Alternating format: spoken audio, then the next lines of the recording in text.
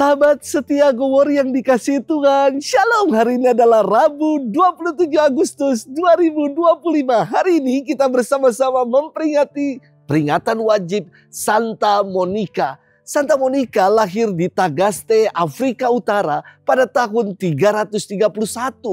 Ketika berusia 20 tahun, ia menikah dengan seorang pemuda kafir bernama Patricius. Patricius adalah seorang pejabat Romawi yang sangat temperamen dan sering mabuk-mabukan. Namun, Monica tetap sabar dan terus tekun berdoa untuk pertobatan suaminya. Kesalehan, kesabaran, dan keuletannya membuahkan hasil. Suaminya Patricius bertobat, menerima baptisan walau di akhir hidupnya.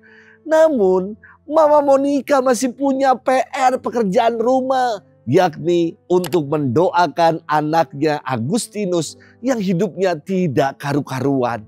Agustinus meninggalkan iman Kristen dan menganut ajaran sesat Manikeisme. Ia hidup dalam perkawinan yang tidak sah dan mempunyai seorang anak di luar nikah bernama Deodatus. Selama bertahun-tahun, Monica berdoa, berpuasa, dan mencurahkan air matanya. Allah mendengarkan doa ibu Monica yang setia. Agustinus meninggalkan gaya hidupnya yang penuh dengan dosa itu. Ia akhirnya menerima baptisan dari seorang pengkhotbah dan pujangga gereja bernama Uskup Ambrosius dari Milan. Tak lama setelah pertobatan anaknya, Santa Monica wafat dalam usia 53 tahun. Ia meninggal dalam keyakinan bahwa Allah telah mendengarkan segala doa-doanya dan bahwa tugasnya di dunia ini sudah selesai.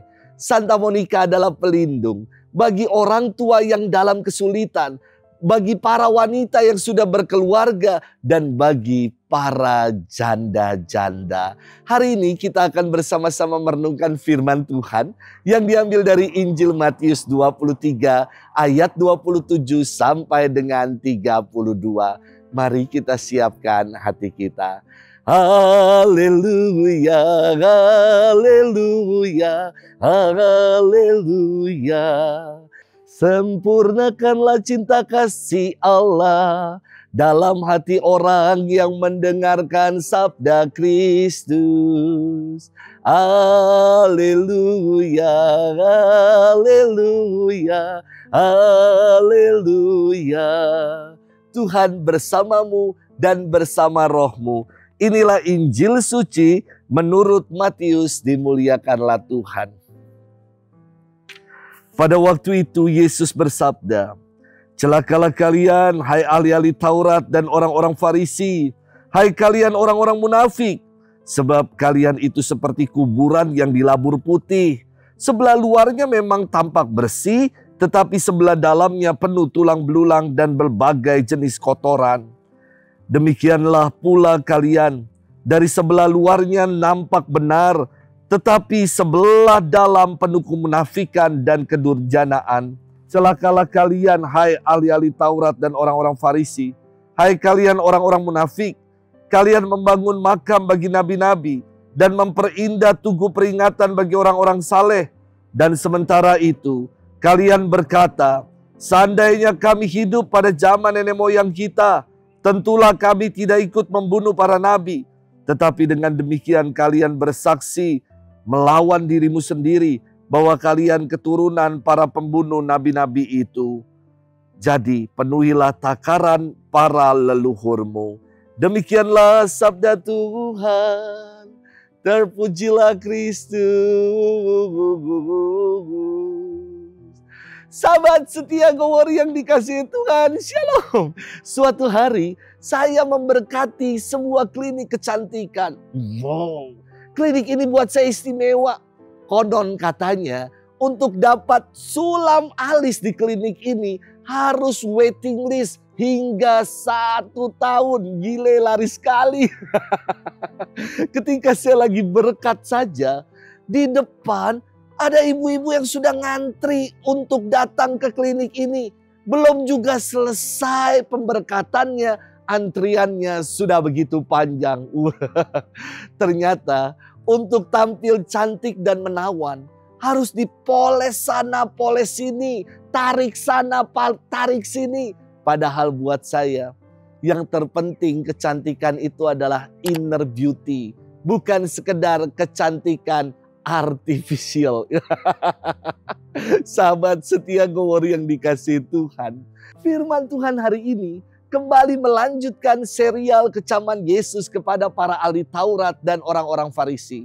Hari ini Yesus mengatakan kepada para ahli Taurat dan orang-orang Farisi, celakalah kalian, hai kalian para ahli Taurat dan orang-orang Farisi, hai kalian orang-orang munafik.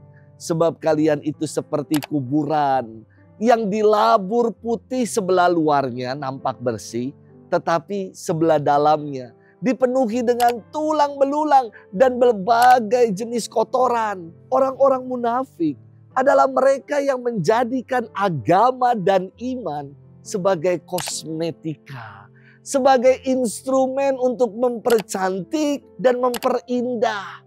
Orang yang demikian tidak sungguh beriman dan berbuat dalam perbuatan, karena agama bagi mereka hanyalah seperti kendaraan yang ditumpangi demi kepentingan pribadi. Inilah yang membuat Yesus geram dan mengecam mereka habis-habisan. Mereka disebut sebagai guru dan tokoh agama, tetapi kok hidupnya justru menjadi toksik, menjadi racun bagi yang lain. Sahabat setia Go Warrior yang dikasihi Tuhan, Yesus mengajak para pengikutnya untuk beriman secara mendalam. Tidak menjadikan agama sebagai kendaraan untuk kepentingan pribadi. Tidak menjadikan agama seperti kosmetika untuk mempercantik diri. Beriman yang mendalam selalu ada keselarasan antara apa yang diimani dengan perbuatan nyata. Antara apa yang dikatakan dengan yang dibuat. Jadi, kalau ada seorang mengaku diri beriman, tapi di dalam hidupnya dipenuhi dengan kebencian, dalam hidupnya tidak bisa bersaudara dengan yang lain, mungkin kita patut bertanya, apakah ini sungguh-sungguh beriman atau hanya kosmetika iman seperti yang dibuat oleh orang-orang Farisi dan ahli Taurat. Selamat bermenung, Tuhan memberkati kita selalu di dalam nama Bapa dan Putra dan Roh Kudus. Amin.